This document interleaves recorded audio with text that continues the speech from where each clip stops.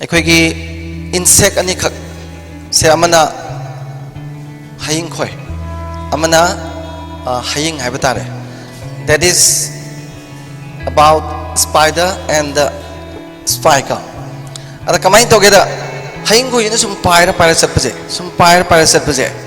lay khaktani mano urise ko kaidong na ba in order to collect honey lahi khom na ba hang ko na kaidong ada su lahi yaw da ba lay na ta ba tong de ko phaja ba tender oi ba lay mayam dugi lahi na pick than ba do aduda tonga ga moy they always try to collect honey from the flowers ko lay dudagi lahi lawe akoina khangdabagi wani akoina ngasi khoi ma sama salong theise haying khoi duna na madu pina na ba hona ba da mana to bo work se pithribi ji amu koi ba chak mane scientist in hai ne ko aduna haying khoi jina na adugumba afaba potuna tadi su de ba mana pai ba se ko tong ju tong de haying jina na leida amata tong haying na leida tong amaga lehi suba ma de na ken ge ha haying jina ke dawnia apum sang akta pot apumba sa apumba phathaudi amang ba apumba adu akta tong ne ba sumai tawdana malem sida mi makhal ani leibi ya ba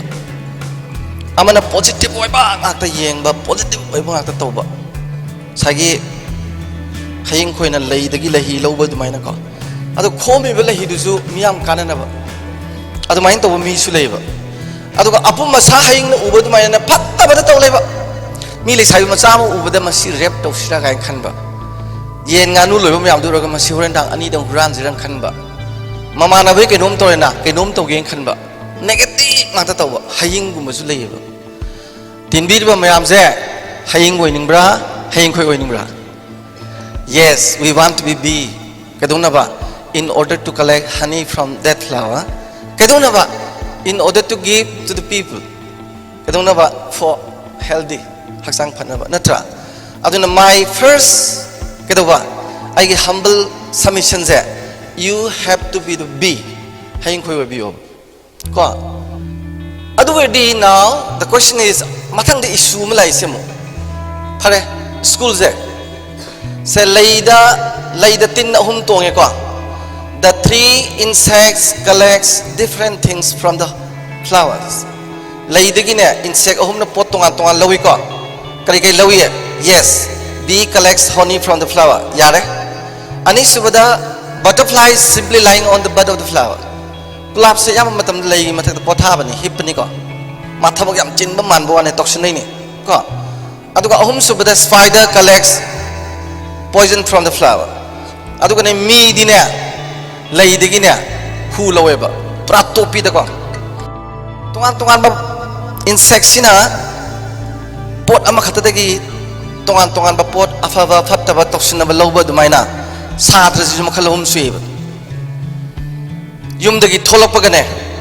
haying koina makon de kai paithoyana adu paithoraga mana makon da mo hanjan baje bee never backs to home without enter lairik yaudana ne mai masana kan hangapal pairaga yaudu adu yaudana ne haying ko e mata makon de paithokraga ne lairik yaudana mayum da hanjaloyeba adu maina satra hek tholakpaga school da lakpaga ne how to collect information in order to be turned as knowledge perception ka ai kanadagi ngasigi information anu boloni gyan oina ba ada nangna du khomna ba hona ba satra mayam ju yaweba ado moi do haying ko ne masing di yam de ko school da college da university da ari kula tong to busina kamai to e phajana phi na selak lai khau ju phajana puba yum da gi lu patara mu kunama lorpa aduga men ta na dum chatpa class men ta na yawba ozana nga mu ju phajana taba phajana smaika mela taraga ne lai ti oin ta da ba ma khali ju ozala sum yenga horen di baba la pa gari sam thokpa thonggan gi de recharge option ba adagi di ari toni horga makham da kaptha ba ga sum khalle bido aduna adumaina tawba satra jam yawe ba ozana di lai yam nuai na tai boning da strong phan ga taksa ba ko mana mun na taraga ma da wakan khalaga leiba adu lai tam lore ga sune men ta dum chakhiba yeng ba da ne लाइक याम थावा याव school दा लाक मानबा कइमती तौदबा गुलाबना लई मथक hip दुमाइना butterfly simply lying on the bud of the flowers ko adagidi mi je spider collect poison from the flower chathidra mi jina ne lei dagi hu loweba phare nangi school do nangi college do nangi institution do lei ne khaloba oja myam je leirik ne khaloba honi hairiba satra ahum je different collector bu se masi ai di haing khoi wen ngi ko mi na hu lo bu sina kamai tawi satra ni tawi jam ko uniform share la na nupa se tai ga ke lai ni ko nupim cha ju phane ke uniform share lai ni ko manung da miniskirt am hapa ni ko ti sar apabam lila ni satra ju horen motorcycle du da magi nupi du ne to heroine du ne to mga na ma ju ne bag manung da phi lo cha cha la tho hapsan ga ni uniform leitre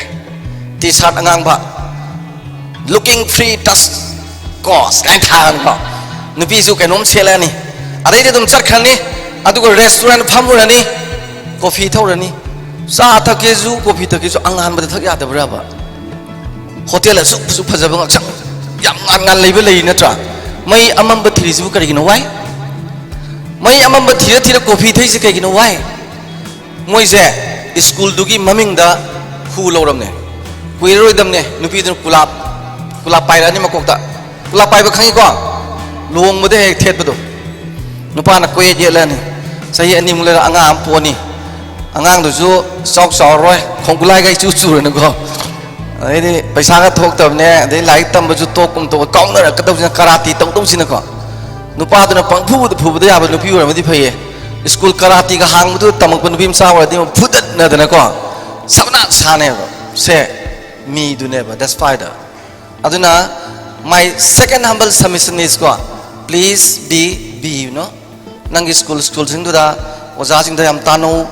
aduga nong magi no bagyan phangu nungti gi achumba gyan myam phangagadi madu myam du na yam akanda ne competency we do ni matik sa do ni competent we do ni personality angat pada develop to do ni nangi namala baga mukna matam da nangna dum ngamdan da ledam ne maram di keno da you are more competent than the others ko karigi you have done a very good job that means you know collecting more and more information ko collecting more and more information that is also correct information could be turned as a very good concept ko aduna masi magai appeal to sage mathang da mung laksa ga do busina this is very good tips for you ko noi satra gi damak tadi yamna phaba wa pham mani thamge tawmuna yamna phajaba Bill Gates na ina khum da first time na namu handakti China na tai ko China gi noina khoi gi China gi na ha ma lebido maming khangbra Bill Gates ojiti first tabang amdre Buffett sin America gi second tai dana Buffett ka Bill Gates ka da America gi na ha myam American na myam sona counseling ni tawse sumaina tawna bagi thim lobo matam da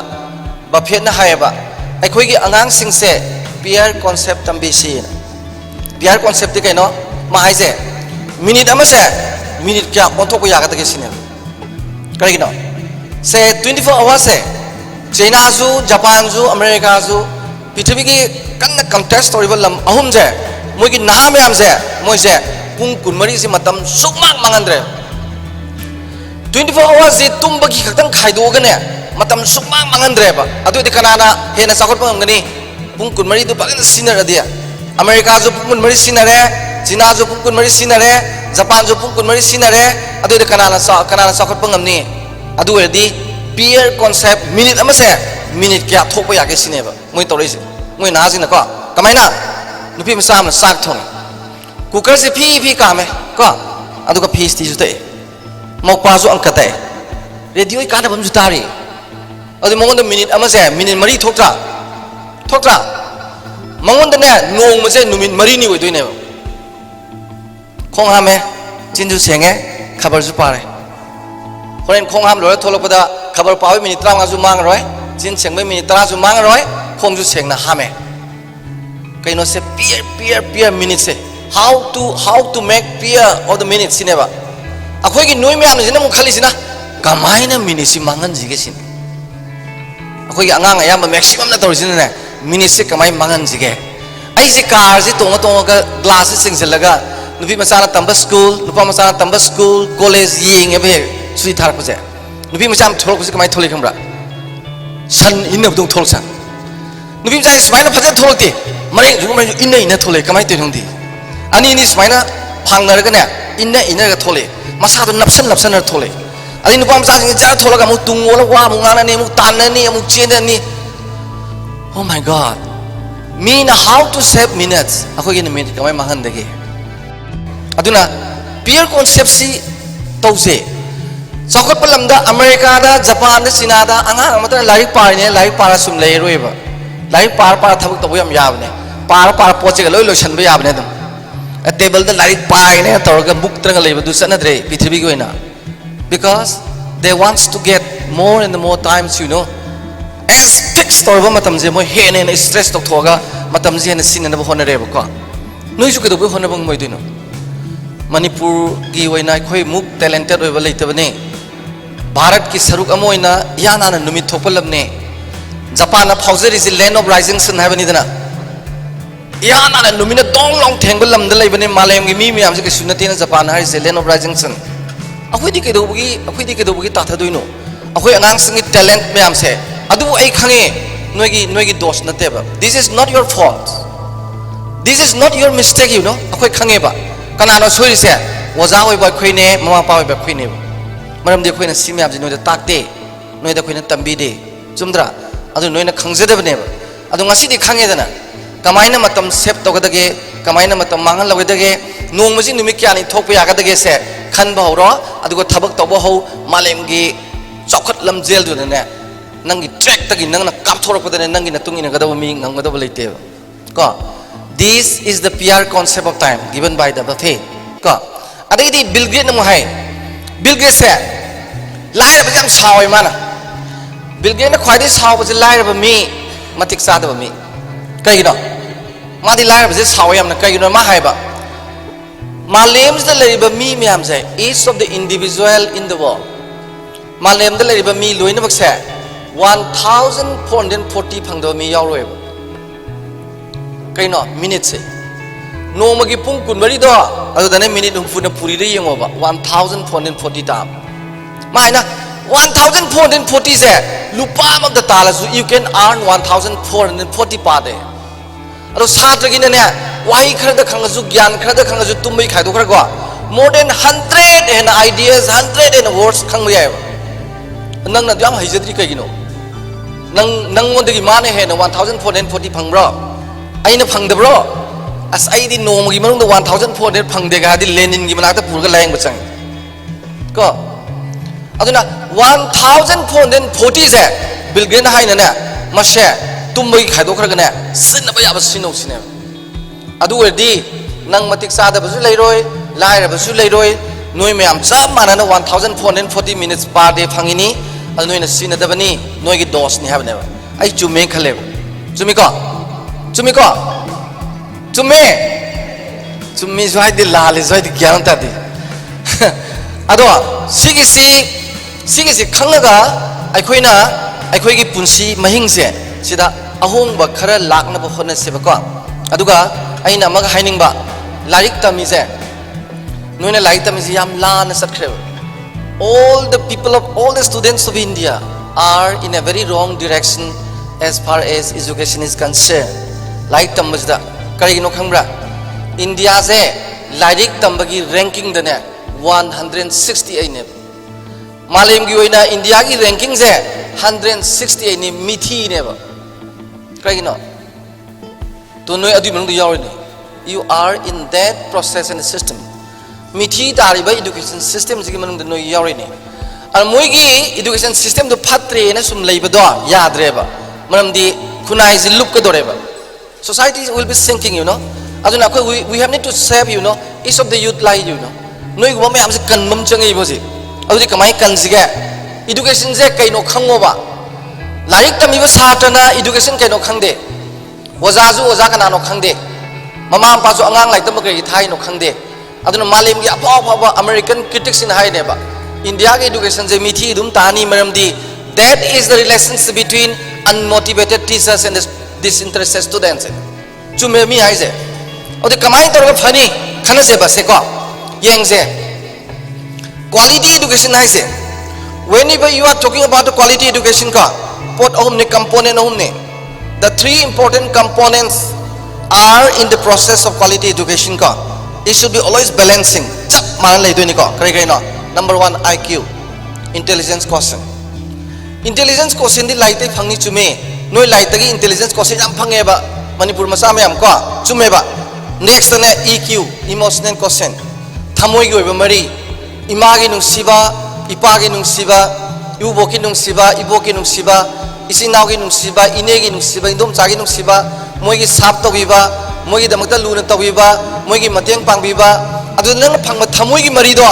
ado emotional quotient ka weba sini yumbam moi ga lai tamakadam ne ba akhoi gi angang sing da masi amati yaudre ba ahum sub the SQ social quotient sana gi takaman phangi ba ngang me am do chalaga am tango 13 naga yaw brai namta yaw ram roi adagi khongjom de am ta sat prango chalam roi adagi nangi irabo de thop prango thom roi club gi lekai kai kai seng bagi organize ka to bo thop prango thom roi ma pa ju tholoi karim te yaw roi social quotient ju le roi EQ emotional quotient ju le roi mane officer ko ta kedoni ayuk ta private ani nungdang da private ani mama pa ka manu ui ui da sangi ba like tambi ba ai sa bisa were ne heng ke donia checkpal khazal ani mayum do hui jaw ni lo salani mi bo tinaroi ka du musu bo glass am hapani lekai mi bo kong naroi mapa ma ju pizaroi tolo phamun mi ta nupi pam da tawdra nate tawdro ladik phare phare ne matik sagi mayam se amta phajana yengo mai mai chalaga ai hai je torom da dei sibi gai di phajana study torom ne masaju mangni nupi loni yu thakani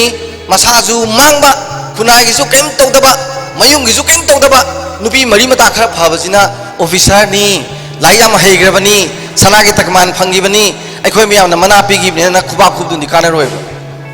kai gi no wai IQ khatang wang bagi ne ba EQ ju yahu daba SQ ju yahu daba gi ne ba aduna aina yamna na khoida thamning wa pham de aigi sidi humble request haiba tare not humble submission ko appeal ju natre aidi ne yaringai IQ ju collect ngamna ba to aduga EQ ju phajana maintain to SQ ju maintain phajana to adu regadi noina hayeng officer work pada patam sang na milu degi pirang kangdra manipur ima se nokphet tor kaneba nangna police officer work pa nangna mantri work pa nangna IS officer work pa nangna ukil work pa nangna doctor work pa nangna engineer work pa nangna lomi work pa nangna sinmi work pa dane manipur ahong ba manipur ma u ne ba karigino nangi na sada watraba IQ ju yauri EQ ju yauri SQ ju yauri ko masibo khoina quality education ha je si ne ba adu manipur gi oina di EQ ju yaudre IQ ju yaudre ba SQ ju yaudre masigi mong da sum semaga dine leibak se noma pumang mangane aduna khwaidigi maru oina ne yumgi imai pa lun toba Japan da di kamai tawi yung ko Japan is one of the best most educated countries in the world hai moi kamai tawi moi gi da angang masagi syllabus leite angang masa da moi larik la su pahe laga laik taman de moi di ko moi kamai tawi se angang masa pisak se mama sina ko glass manga puthoni samalani plate manga samalani cup manga samalani adu ne mama du mana te hingjang sema gori sadoi ni isade marmok puni glass kya same mama manga same cup kya same manga same plate kya same manga same gulab na kya same angang du nga khalaga 15 same mama tinjan loi gre che ju tingde kolom ju tingde ja ju tawde ha tu ja hai tawdu tawde ba cup su sam hore aduga mama gi mateng su pange mama na masa gi mamang du da mama gi mateng pang da harau zabagi minok so ngang du ugre that is the EQ no alani plate tara samalani cup tara samalani glass tara samalani kya same sana 30 ngarang na kya same 15 adu dinga sina kya hela nga khalaga mana 15 mama khaidok loi gre khaidok ba hei gre ko ani mapa du na sweets tu chama purani matum tabado macha nu pa ngang du pi do ni se chama ni 100 अखोई इमुंग मी तरा ने मानने yellow अंगांग दो ngak khandoi ne masing thi do count tore 100 oire me adai de khoi imuंग mi tara baba na pire be susin 100 tara da manana be yelu hai ni ne khalle ma khalle adu kan da tara yeladi sa ma de samana thungi tara yelale ba yena be loi gre asa athak pur ko matam da Japanese ki ahal laman ma pa ma na ne angang da kai dong da khoi ni yelo moi lo yelangani manana yena ba manana yelo adu ga are ma de gon pire ka damni ga tawni yena ba mai tambi ne ba tinjin ba thabak sur tambini khaidok ba thabak sur tambini aduna sigi play way game study gi method mong se akhoi gi angang sing du to ya ba pot amane ba ado BA training chali bo jam yam gi loi khangi ne ba ama ta tawroi ba kaino BA training chali se kai do boino tolob he na baga certificate phangna baga ne ko kayam thina lei no yong mong se khoi se aduna aina khanbada noina हाइरिबा EQ से maintain तौना बहना बदने मसी लैना बहना बदने नुमित खुदिंगी बाबा मामा की थबक तौयु मतेंग पांगबियु पुपु बोबोकी सिंग होनबिबा फिरोन फौदोकबिबा इरुजनबा होनबिबा तुम दाइदा फजना फम थाबिबा अदुगा मखोंग अदु नंबीदना वारी साबा कइगिनोइदा मोइसे नोइना खंगदबगिनेबा they are the libraries of the family मोइदगी खंगोबो पोसे हयेंगने लाइटा थेंगनरोय you cannot find any books of the world moi de khang po se imungi sagai gi kairoi lekai gi loi lerangani moi de ko adai thai na gi channabi gi adu myam du nang na khangau ba nang na mu nang na sa da sinar ba nang na cha rong mai ma sa da sinar ba akoi gi tradition culture myam si loi le hu doi ne ba adu ne ba thai ni gi pai pujing tori se ko adu khoi ding asi tawdre kari gi noida education je kari noi khoi khang da ba ko aduna aina na khoida education kai noise interpretation jam thamningi ko se matamama nallige matamda education je arohum ne ahan bagi ars in reading ani suba ars in writing om suba ars in arithmetic greek di arithmetic in pronounce toy ko ibne pabane ankane khangdine larik tambane na laweba masi lire yamna ko aduna 18th century lo selak 19th century horom daida arohum je mu change toyeba kamai change toye ahan bagi arjin ne reformation se nang larik tamadine awon ba mapor na bohona kada bane nasagi awon ba imungi awon ba laikai gi awon ba ngamjar di leba ki awon ba porok na bohona bado ado larik tambagi sarukta amane reformation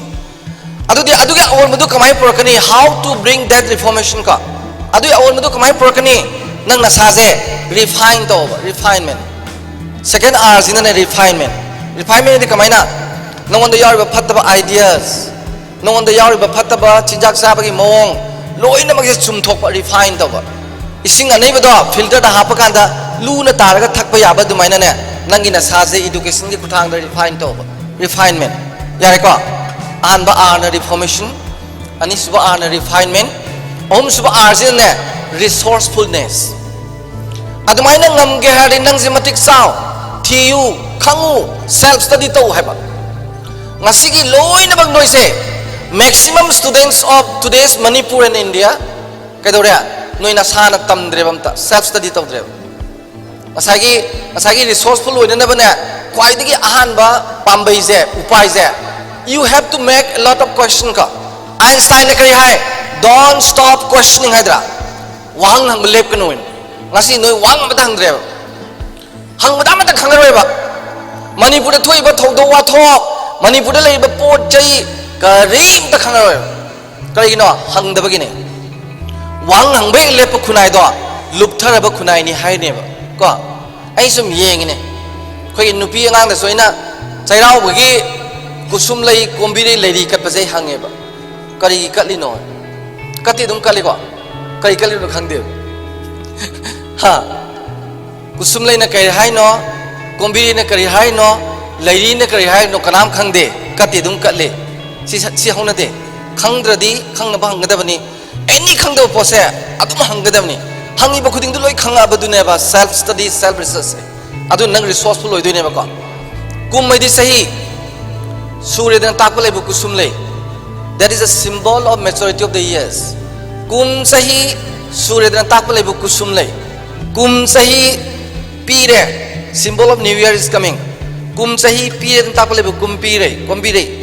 haugi baga lakadaba mari tanaba yadin leiri hapineba aduga ban semaga sanamai da katpa kana sanamai na oh today's new year's day na blessing piba akoi di khangdramina kusum loina thekalle kumbi na phaijalle lei da pumchai katpa ta khaga lap lap kalu sanamai na flying kick tawdi na ko ka kai ne chao na ko kari khukal lakano ne masibo na counter di phak da ne ko khangda bai ni khangda na toine ba cha adagi se namanaba yung foreigners ka lao ne nomaising do ka lao pum sa sakon je irai thang se kor se kai no hangon noida kari khudore no mata akhang mata su hangoi na sana su question taw da